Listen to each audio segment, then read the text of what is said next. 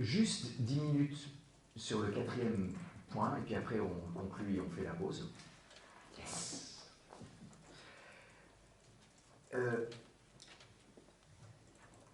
Pour le moment, on a une magnifique construction. Certains disent la scolastique, c'est comme les cathédrales gothiques.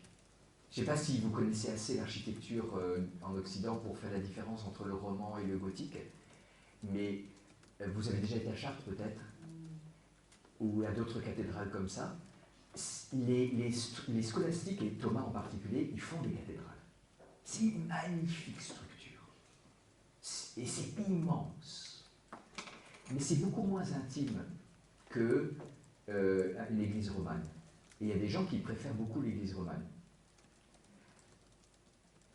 Le problème ici jusqu'à présent, c'est que tout ce qu'on a vu, ça fait 5 heures, 6 heures, maintenant exactement, tout de suite, à l'instant, ça fait 6 heures qu'on parle de Thomas. Et on a très peu parlé du salut.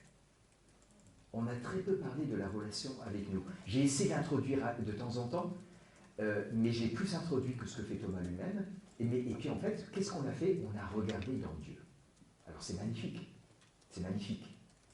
Mais Thomas fait une question à la fin de son traité sur les personnes où on va ressortir. Et il va parler de la création et des missions. En fait, il va parler des missions et après il va parler de la création, mais moi je vais inverser, parce que en fait je vais vous parler pratiquement que de la création. Est-ce que tout ça, ça change quelque chose pour la création? Oui et non. Oui, c'est très beau, non, c'est très dommage. Alors, le oui, c'est... Alors, oui, ça change quelque chose pour la création dans le sens où Dieu fonctionne comme un artisan. Bon, j'ai déjà pris cette image, c'est le texte 34. Dieu fonctionne comme un artisan, le Père imagine la création, ou plutôt il pense la création, il conçoit la création dans le Fils, dans le Verbe, et il commence à le faire poussé par ce mouvement qu'est l'Esprit. Bon, c'est analogique, mais du coup, c'est le Père qui nous conçoit et nous crée dans le Fils et dans l'Esprit. Dans le Fils et puis mu par l'Esprit. Et Thomas dit aussi quelque chose qui est très beau et qui va servir pour la théologie contemporaine. Il dit « Les processions des personnes divines sont la cause de la création ». C'est le texte 35. Et puis le texte 36, j'arrive plus à retrouver, c'est dans le commentaire des sentences, qui est le tout premier livre que Thomas ait jamais écrit.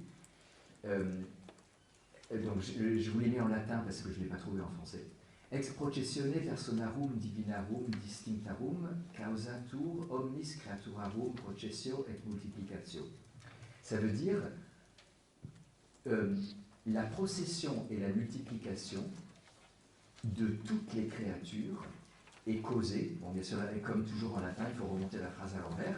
Donc la procession et la multiplication de toutes les créatures est causée à partir de la procession des personnes divines distinctes. Qu'est-ce que veut dire Thomas? C'est parce qu'il y a de la distinction en Dieu que Dieu va aussi créer quelque chose d'autre que lui. C'est parce qu'il y a une procession, des processions en Dieu, que Dieu va aussi faire procéder, il utilise le même mot ici, va aussi faire procéder des choses à l'extérieur de lui. C'est parce qu'il y a une multiplication en Dieu, les processions, c'est Boès qui dit ça, les relations multiplient la Trinité. L'essence unifie la Trinité, les processions multiplient la Trinité. Mais Thomas utilise les mêmes mots pour la création. La création, c'est quoi? C'est la production d'une distinction. C'est une procession ad extra, c'est une multiplication, et tout ça, c'est fondé sur le fait qu'il y a la même chose autrement en Dieu. Plus parfait et sans perdre l'unité, mais il y a ça en Dieu. Du coup, Thomas ne le dit jamais exactement comme ça, mais on pourrait, je pense, le dire sans le trahir. la création, c'est un prolongement des processions. La création, Dieu, il procède en lui, il a une fécondité intérieure, et cette fécondité déborde vers l'extérieur. Et ça nous produit plein de petits fils et filles, pas que le grand fils, plein de petites expressions de Dieu. Nous sommes tous des petites expressions de Dieu, il n'y a pas que la grande expression de Dieu. Plein de petites images de Dieu, plein de petits amours, plein de petits dons, plein de petits saints qui sont censés être tournés vers Dieu et inclinés vers Dieu. Et tout ça, ça découle, ça coule. Alors, c'est pas nécessaire. C'est la seule chose. Dieu aurait pu ne pas le faire. C'est gratuit. C'est pas comme les processions intérieures, Dieu ne pouvait pas ne pas le faire, les processions à l'extra, il pouvait. C'est la différence. Bon, c'est pas la seule différence.